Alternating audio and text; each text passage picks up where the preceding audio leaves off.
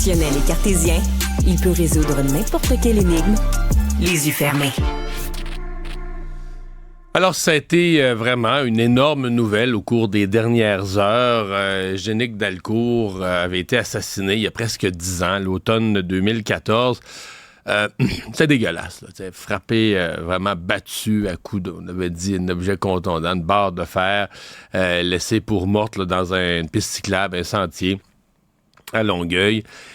Bon, on avait interrogé un individu dans les jours qui ont suivi. On pensait qu'on avait un suspect. Finalement, il n'y a jamais eu d'arrestation.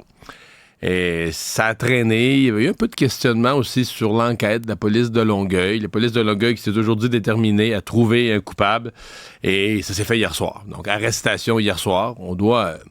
On nous parle de méthodes scientifiques nouvelles. On doit comprendre que le DPCP, là, celui qui décide de porter des accusations ou pas, le DPCP, son critère, il porte des accusations quand il est convaincu là, qu'il y a matière à obtenir une condamnation, qu'il y a ce qu'il faut entre les mains pour obtenir une condamnation. Donc, il y a eu des nouvelles preuves, des nouvelles pistes, des nouveaux éléments majeurs au dossier pour faire basculer la décision 10 ans plus tard. Yannick Parent, ex-policier, inspecteur-chef au bureau des enquêtes criminelles, était policier à cette époque. Monsieur Parent, bonjour. Salut Mario. Faut bien dire, vous n'étiez pas à Longueuil, là. Vous étiez ailleurs, mais policier à ce moment-là. Donc, ça. Parlons de ça tout de suite. L'enquête de la police de Longueuil avait fait jaser un petit peu là, dans les milieux policiers. Absolument, je me souviens très bien. Ça avait fait en fait beaucoup de vagues, là, même de la part de la famille de Génique, qui avait eu des manifestations, entre autres de la part de son père. On questionnait une scène de crime, premièrement, Mario, qui avait été en quelque sorte là. Il y avait une allégation que ça avait été un peu contaminé, là. Donc, la scène avait été levée rapidement par les policiers à cette époque-là, jugée rapide. Donc, 48 heures après les événements, les policiers quittaient. Et après ça, les gens se sont recueillis sur place, on se souvient.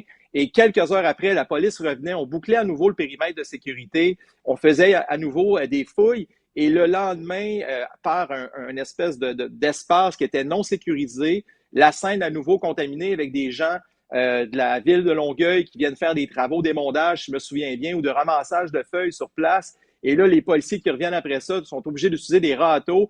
Donc, on sentait malheureusement de l'improvisation, en fait, peut-être même un peu d'inexpérience à l'époque. Ouais. Qu'est-ce qui était parce que moi, je me souviens très bien.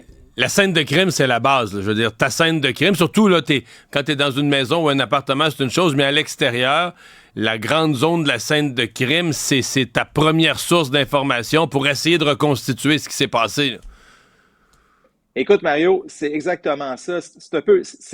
C'est vraiment c'est le nerf de la guerre, en fait. C'est de là que tout va partir et les éléments des premières heures, donc les premiers 24 heures, entre autres, les premiers 48 heures, 72 heures, les jours qui vont suivre un événement comme celui-là sont cruciaux parce que on va rechercher plusieurs éléments, donc éléments de preuve, témoins également, et on va élargir graduellement aussi un périmètre. On va aussi, dans certains endroits, dire, on va, selon les éléments d'enquête qui vont être recueillis, on va pouvoir orienter les recherches différemment.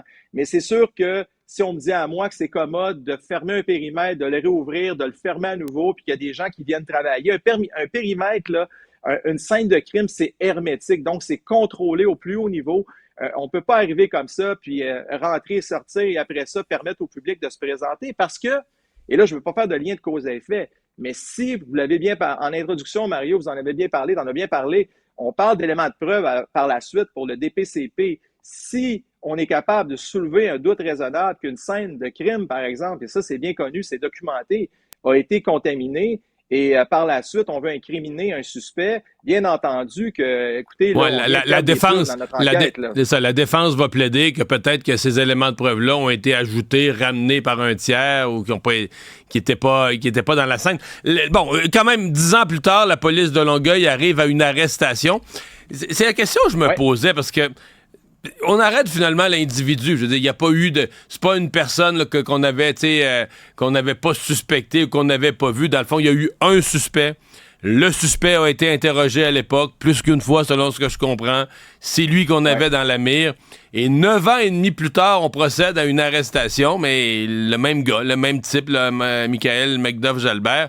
On peut imaginer que les policiers de Longueuil l'avaient dans l'œil, là, que durant toutes ces années-là, ils ont dû garder un œil sur lui. Est-ce qu'il allait faire, par exemple, un aveu à quelqu'un? Ils ont dû toujours le garder dans leur mire? Absolument, puis je tiens à souligner, puis je pense, Mario, là, c'est un message fort aujourd'hui pour les proches de victimes d'actes criminels et c'est un message fort aussi pour les criminels. Écoutez, là, 10 ans plus tard, on arrive à arrêter et écoutez, on accuse de meurtre au premier degré dans ce dossier-là, Macduff, Jalbert. Donc, c'est un message très fort, c'est un message d'espoir aussi. Et au-delà de tout ce qui s'est passé, puis toutes les prétentions dont on vient de parler au niveau de la scène de crime initial, il faut saluer quand même la résilience des policiers, des enquêteurs dans ce dossier-là et aussi saluer le travail des équipes nécessaires, une équipe spécifique, Mario, qui est dédiée aux crimes non résolus, là, ce qu'on voit, ce qu'on appelle souvent, là, entre autres, dans les films, l'escouade des cold cases. Donc, c'est grâce à cette escouade-là qu'on est arrivé de fil en aiguille en gardant toujours un suspect dans notre mire à finalement pouvoir l'accuser. Et là, je pense qu'il faut saluer le travail qui a été fait de ce côté-là. Et même, je crois, pour la famille aussi, je tiens à leur offrir aussi, après toutes ces années, nos sympathies, évidemment, mais je crois que ça doit être, je ne peux pas avoir les prétentions de penser à leur place, évidemment, mais je crois que ça doit être en quelque sorte un grand soulagement pour eux aujourd'hui d'arriver à ce résultat-là. Ils n'ont pas parlé beaucoup ce matin dans les propos du père. Là, le peu qu'il a dit, il y avait ça, cette notion de soulagement, certainement. C'est quand même un mystère pour des gens comme nous là, qui ne sommes pas policiers, cette notion de... Ouais. Tu sais, une enquête, on dit, bon, elle n'est pas fermée, donc c'est un cold case, elle n'est pas résolue, mais elle reste ouverte, puis les policiers insistent, ça fait 8 ans, ça fait 10 ans, l'enquête reste ouverte.